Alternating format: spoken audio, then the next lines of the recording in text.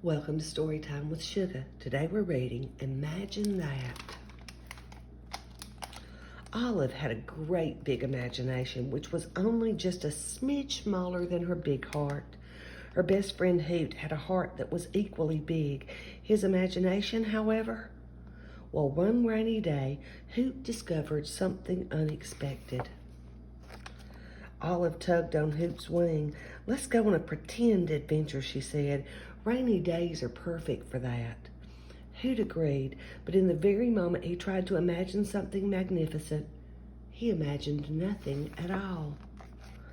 "I lost it," said Hoot. "Lost what?" asked Olive. "My imagination," he replied, "and I can't remember where I had it last." Then he got a most upsetting idea. "Or maybe my imagination is broken." "I don't think it works like that," said Olive, "but if it is broken, we should try to fix it." "How?" said Hoot. Olive was puzzled. "Actually, I don't know. You just pretend like something is, even though it really isn't." Just then the rain began to beat harder against the window. "I know," she said. "What if the water gets higher than just a little and the puddles grow really big?" Suddenly, Olive felt the house lurch. "Hoot!" cried Olive. "Do you feel that? We're floating away."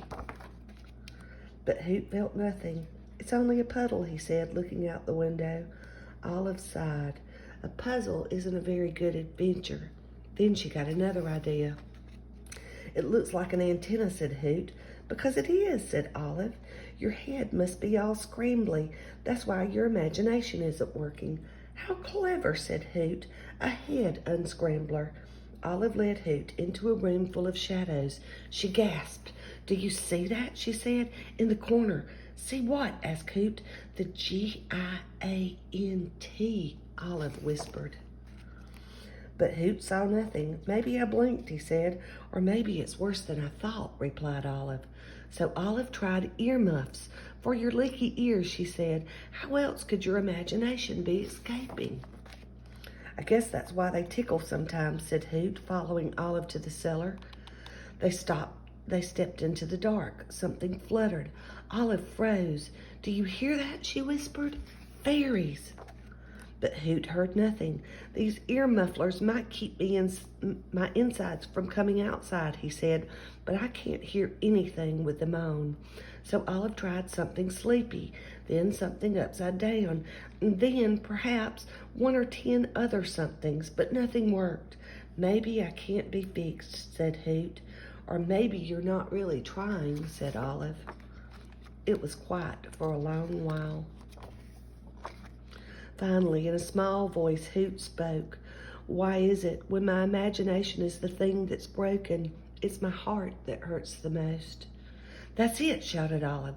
She had forgotten the most important part. "You have to imagine with this," she said, placing her hand over Hoot's heart. "Should I try again?" asked Hoot. "You should always try again," said Olive. Hoot closed his eyes. "I see something," said Hoot, "but it's so small." "That's how everything starts," replied Olive. "If you want it to grow, you have to love it." So Hoot imagined again with his whole huge heart. "You did it!" shouted Olive. "Of course I did," said Hoot. But that was only the beginning. When the clouds broke and the world sparkled in the sun, Hoot and Olive's imagination spilled onto everything. They sailed to far-off places and saw magnificent things. They built castles and tamed dragons. They were heroes and kings. That day they played till their laughs finally turned to tired giggles. "Thank you," said Hoot. "For what?" asked Olive. "For showing me the most important part." Olive smiled. "What should we imagine tomorrow?" asked Hoot. "We could be pirates," said Olive, "searching for treasure." "That's an extra good idea," said Hoot. "Do you think we could also imagine being friends forever?" And they did. They imagined it all and so much more, both of them, together.